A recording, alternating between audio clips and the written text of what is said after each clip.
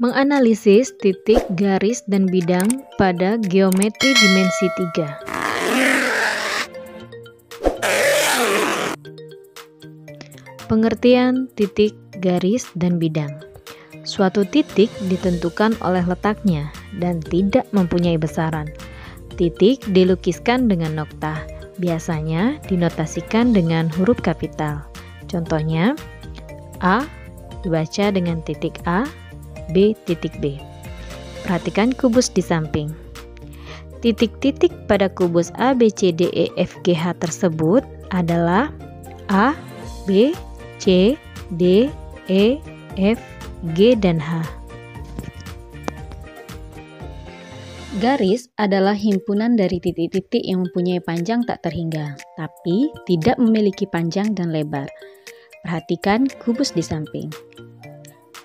Garis pada kubus ABCD EFGH adalah AB, CG, BG sebagai diagonal sisi, dan AG sebagai diagonal ruang. Yang ketiga yaitu bidang.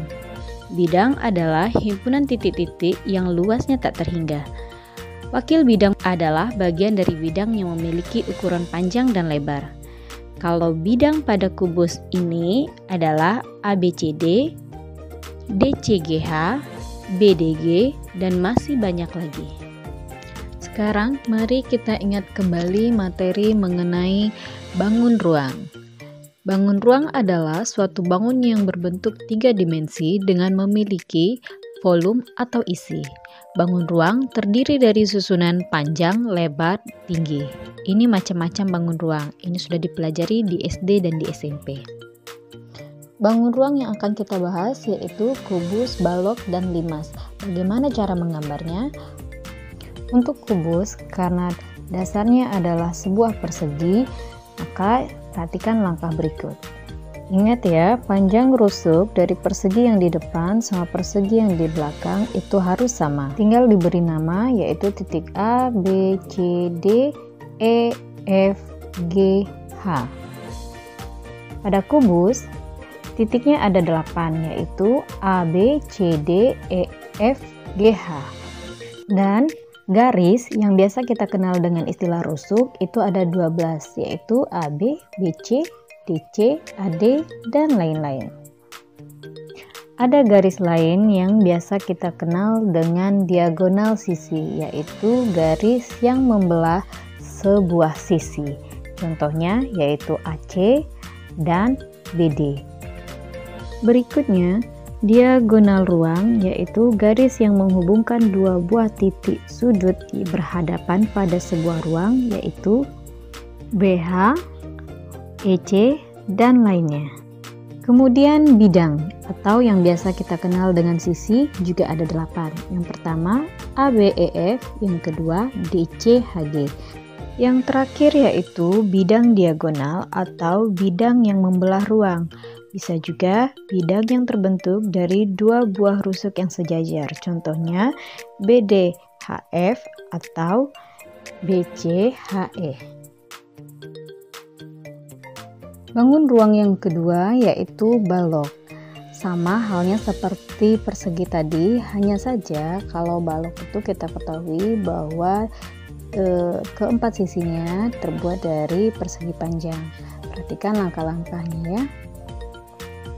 Nah, tinggal beri nama semua titiknya dengan huruf-huruf kapital yang kita pilih.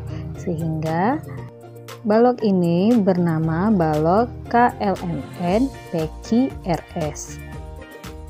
Berapa titik garis diagonal sisi sampai diagonal bidangnya itu menjadi tugas kalian ya.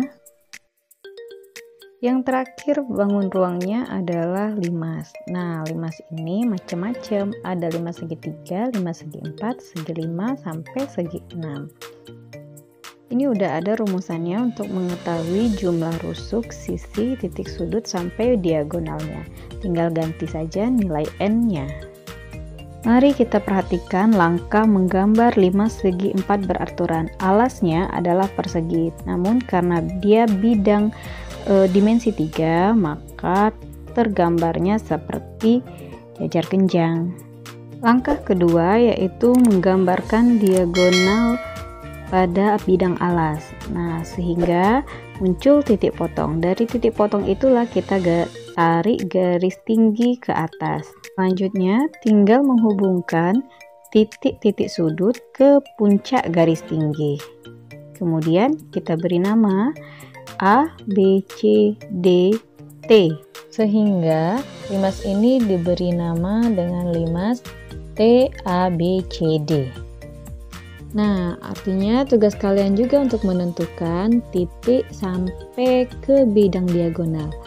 Berapa jumlahnya dan apa saja, silahkan disebutkan.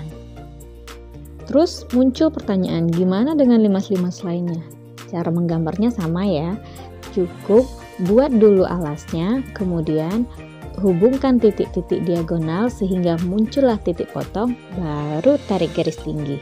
Oke, selamat mencoba. Sekian untuk materi hari ini. Terima kasih udah perhatiin dari awal sampai akhir. Semoga bisa kalian pahami. Diulang-ulang di rumah ya. Itu konsepnya. Assalamualaikum.